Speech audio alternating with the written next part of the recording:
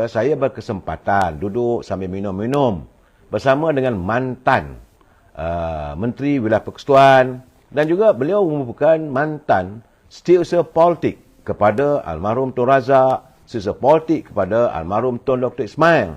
Banyak orang tak tahu, iaitu Ahli Majlis Tinggi UMNO yang masih lagi aktif dalam UMNO, Tan Sri Syahril Samad. Dalam perbualan saya tu, saya bertanya lah dengan beliau, apakah perbezaan zaman Tun Razak dengan masa kini? Secara terus terang, Tan Sri Syahril mengatakan banyak bezanya. Mungkin kita katanya ketika itu rakyat, orang miskin ramai. Dan warga bangsa kita ni tak ramai yang terpelajar macam sekarang.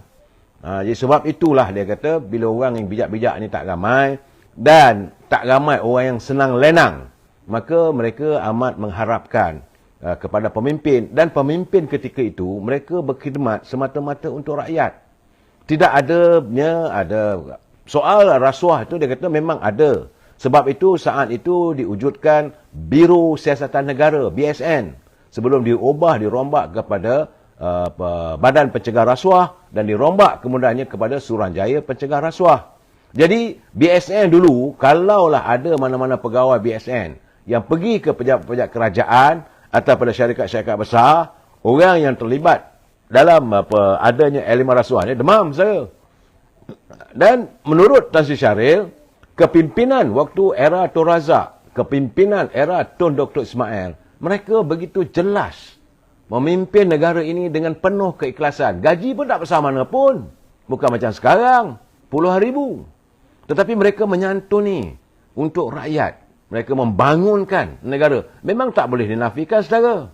Bagaimana kita lihat jutaan hektar tanah di seluruh negara ini dibangunkan, dibongkar hutan belukar oleh Tan Sri Taib Andak untuk merealisasikan projek Felda.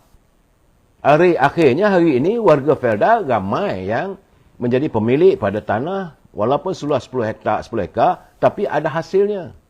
Ini adalah perjuangan dan inilah yang meletakkan UMNO itu disayangi. Cuma akhir-akhir ini, menurut kata Tan Sri Syahril, mungkin ramai dah senang lenang, dia lupa jasa UMNO. Sebab itu pada teman-teman, khususnya warga Felda, saya ingin berseru pada anda, janganlah kita lupakan pada parti politik Melayu yang memayungi warga kita, iaitu UMNO, yang memberikan anda kesempatan untuk menikmati, berkongsi kemakmuran negara. Soal pemimpin, soal lain. Kalau anda tak setuju dengan pemimpin itu, suarakan. Tak ada masalah. Sebab kita negara demokrasi. Dan kita juga hari ini, kata Tan Sri Syahril, anak-anak dah bijak pandai ramai. Jadi bila mereka bijak pandai ini, tentulah perikiran mereka adalah perikiran yang kritis. Sebab kami berbual macam mana hala tuju pemikiran warga bangsa kita, khususnya warga UMNO. Kita menjadi persoalan, kenapa kita boleh kalah. Zaman dulu, zaman Tun Razak, tak ada masalah. Tetapi secara betul serang, saya mendengar kenyataan itu saya ada kebenarannya. Tadi dalam perjalanan pulang, saya terfikir. Memang benarlah. Dia kata yang merosakkan dari segi aura politik warga bangsa kita ini. Dia kata tak lain tak bukan Dr. Mahathir. Memang dulu pun saya dah bercakap. Jadi ini mengesahkan pemikiran saya bahawa kehadiran Dr. Mahathir dalam di anjung kuasa di Seri Perdana itu bukannya untuk memajukan warga bangsa, tapi banyak kepada untuk melingkupkan. Apabila beliau merubah dasar kepimpinan negara, dasar ekonomi baru kepada dasar pengswastaan. Inilah kuncinya yang saya rasakan. Sebab kata Tan Sri Syahril, dia kata banyak syarikat-syarikat milik negara akhirnya dimiliki oleh kaum kroni. Jadi bukan untuk rakyat semua. Banyak syarikat-syarikat yang dulu ada kaitan dengan UMNO, dengan kerajaan, menjadi dalam projek penswastaan. Hanya orang-orang tertentu saya dapat nikmatnya. Jadi sebab itu dia kata, orang yang bertanggungjawab tidak lain tidak bukan adalah Dr. Mahathir. Sebab itu beliau memang, siapa tak tahu, beliau sendiri jadi wakil rakyat, dia berhenti. Dia letak jawatan, dia adakan pilihan raya. Kerana waktu itu beliau menjadi ahli parlimen mewakili Parti Barisan Nasional. Tak bersetuju, dia berhenti. Dia bertanding atas tiket bebas.